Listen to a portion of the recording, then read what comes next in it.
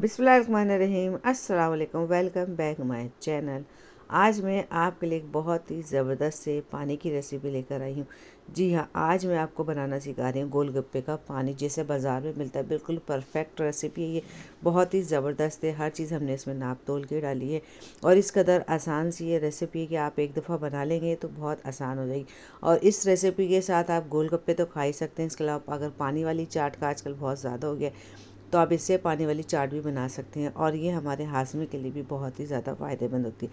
सबसे पहले हमें क्या करना है, मैंने 50 ग्राम इमली ले लिए और इसको मैंने तकरीबन 1.5 लीटर पानी में मैं इसको भिगो दूँगी। जी, ज़्यादा बर्तन ज़ाया नहीं करेंगे, एक ही प्याले में हम पूरा पानी बनाएंगे और तकरीबन आधा गिलास के करीब इसके अंदर हम पानी डाल देंगे और इसको थोड़ी देर के लिए 5 से 10 मिनट के लिए भिगो देंगे कि इमली का गूदा अच्छे तरीके से इस पर से उतर जाए।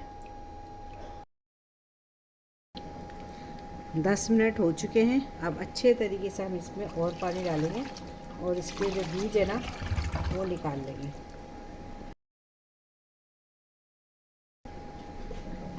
एक चमचा चाट मसाला,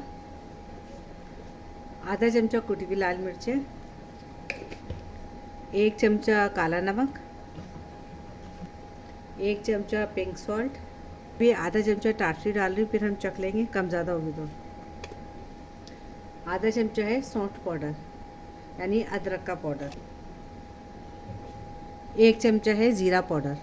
अच्छा जी, अब सबसे अहम चीज़ जो बाज़ार वाले बिल्कुल भी नहीं डालते, हम डालते हैं। अब ये 1, 2 और ये 3 चमचे के करीब हम डाल देंगे इसके अंदर हरी चटनी।